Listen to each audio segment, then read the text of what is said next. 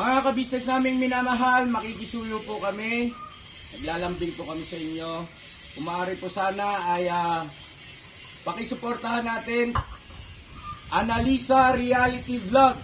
Analisa Reality Vlog. Hello po mga kabayan, kumusta kayo? Magandang buhay. Welcome po muli sa aking YouTube channel, Analisa Reality Vlog. Quick reaction po tayo ngayon.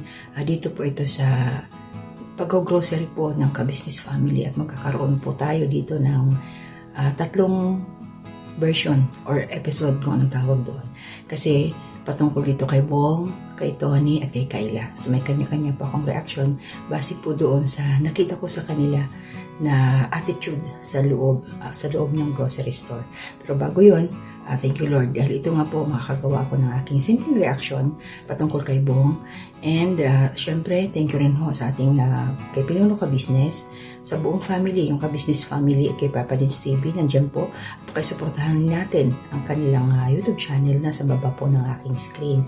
And shout out na rin po doon sa ating mga kagawang's, sa 3M's, and dito sa aking mga kasamahang mga reactors, sila Kabayan or Ka-Business Anime Reactors TV, Kabayan Alminda Mix Vlog, si Ma'am Flores Channel, and si Kalingap Turak, si Ka-Business Taong Gala, and Katangay PLC, and also Ka-Mix Vlog.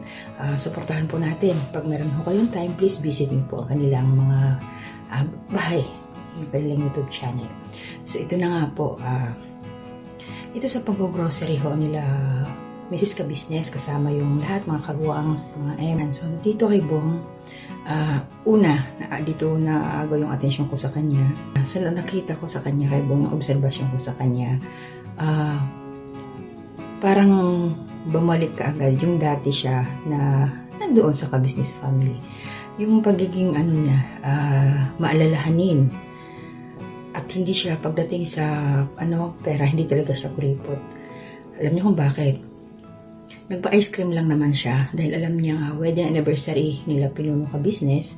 So, medyo nag-aalangan pa siya. Siyempre, nandun pa rin yung nahihiya siya kay Mrs. Ka-Business. Ayun, nakumuha siya ng pera as advance. So, yung pera na yun, yun pala yung ipambibili niya rin ng ice cream na parang doon sa regalo niya kay Mrs. Ka-Business.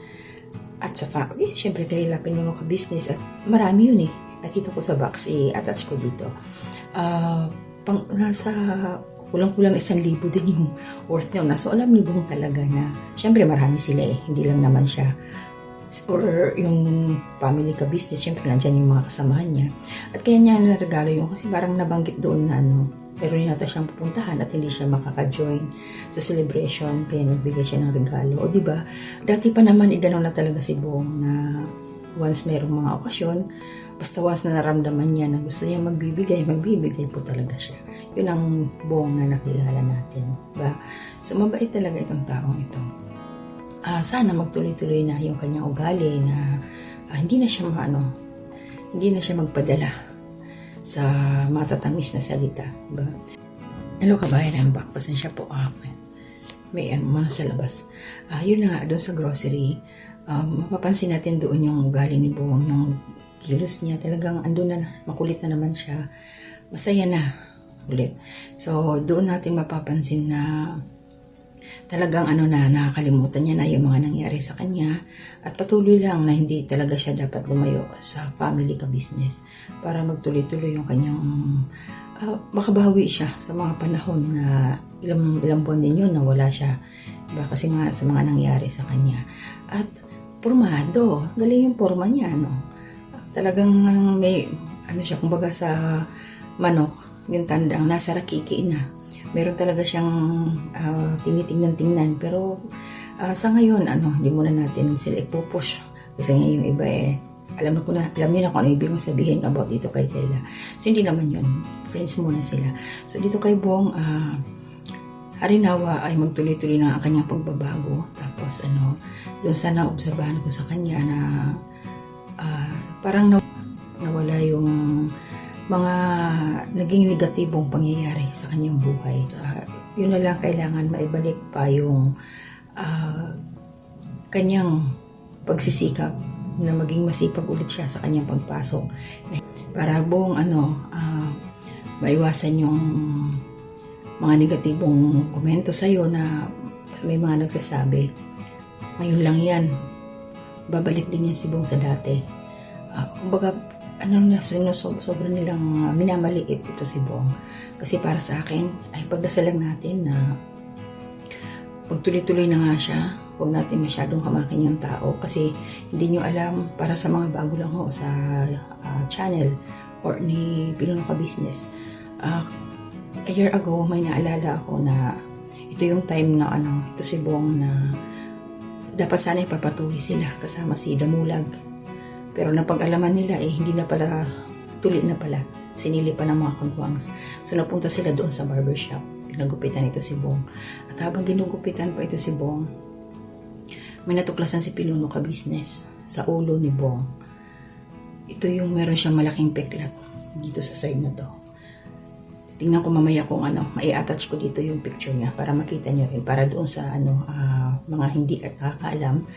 So, possible po kasi doon sa nangyari kay Bong, kasi sabi nga niya, parang nasa 18 years old pa siya noon na nangyari yun, na dinala daw siya sa hospital, sa East Avenue. Sa nangyari na yun, there is a possibility na nagkaroon siya ng, yung sa memory niya, yung naapektuhan yung pag-iisip niya, pero hindi naman totally na-damage talaga. Kasi ayan, okay naman na siya. Okay man siya. Kaya lang medyo yung pagiging makulit niya na hindi natin may sarili siyang mundo, as in mundo na pag gusto niya. Pag ayaw niya. Pero masayahin siyang tao. So masasabi kong survivor ito si Bong. Hindi ko alam kung pang ilang buhay niya na yan. So tingnan niyo yung peklat niya na napakalaki. So pag may tahi ka sa ulo, alam naman natin yun na mahirap yun general anesthesia. Ang laki talaga ng peklat niya. Tapos ang haba. Makikita nyo yan. Papakita ko sa inyo mamaya. Picture kung ma-attach ko. So yun na nga siguro na isa pa yun sa dahilan kung bakit minsan nandyan yung kahinaan ng pag-iisip niya. Pero marunong siya. Mahina lang, pero marunong. Madiskarte, mautak, wais. Yun. Wala man siyang pinag-aralan, pero wais siya. Hindi mo maiisang si Bong. Yan. Para sa akin, naobserbahan ko sa kanya, sa panonood ng mga video niya, pag ganyan-ganyan lang yan, pero matinig siya. Yun ang masasabi ko para kay Bong. Kaya, huwag natin siyang i-down. Magbabago ang tao kung gugustuhin niya. At sa tamang mga taong kasama niya sa araw-araw, imposible hindi siya mahawa sa kabaitan, sa kasipagan, o kung ano man ang kagandahang ginagawa ng kanyang mga kasamahan, maa-adapt niya yun. Ma-adapt niya yun. Naniniwala ako na magbabago si Bong. Basta, hindi lang siya bayaan o bitawan ng ka-business family. Basta nandyan lang siya palagi. So yun, panoorin niyo yung video na yun a year ago, doon sa nangyari kay Bong, doon sa natuklasan ni Pinuno Ka Business. Para sa akin, ito lang. Kung meron pa man tayong dapat malaman kay Bong, siguro doon yung kung anong nangyari sa kanya, doon sa kanyang ulo.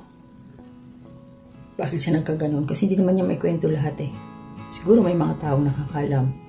At hindi natin alam din sa hospital kung meron pa silang hospital record.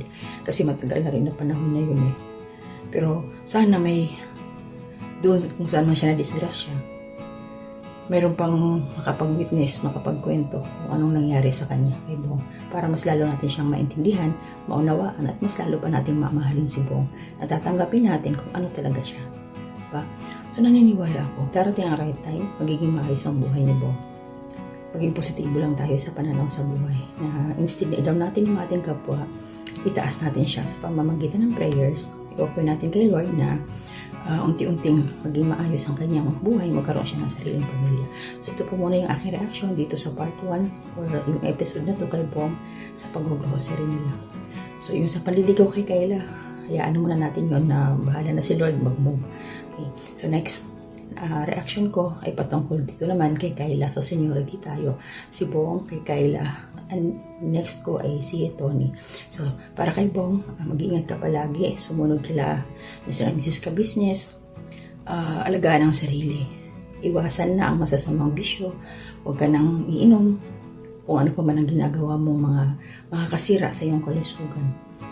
baguhin na kasi nakita mo naman Bong na habang ginagawa mo yun, wala naman nangyayaring maganda sa buhay mo.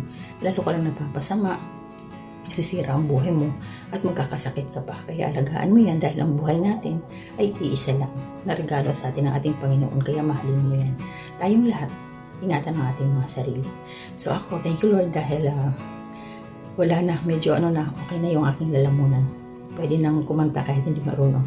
So hanggang dito na muna, babalik ako sa aking trabaho. Itutuloy ko mamaya ulit para naman kay Kayla na aking obserbahan sa kanya. So mag-iingat po tayong lahat.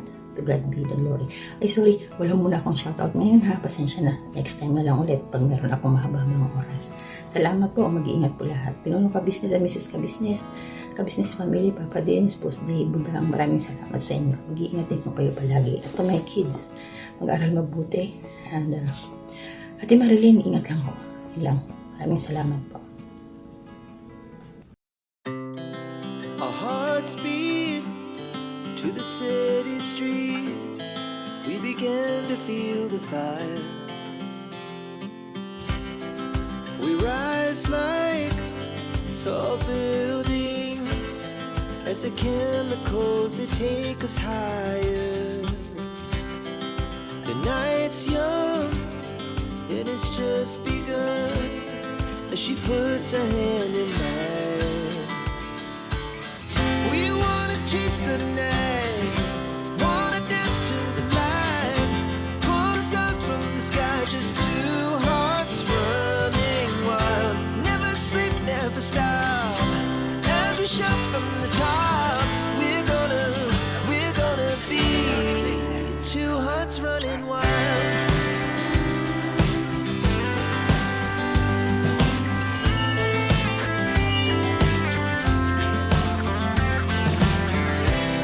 Now the morning is the afternoon. We lay awake in bed. The laughs so loud as the hours pass. We're gonna do it all again. We wanna chase the night, wanna dance to the light, pull the stars from the sky, just two hearts running wild. Never sleep, never stop, as we shout from the top. We're gonna be, we're gonna be two hearts running wild.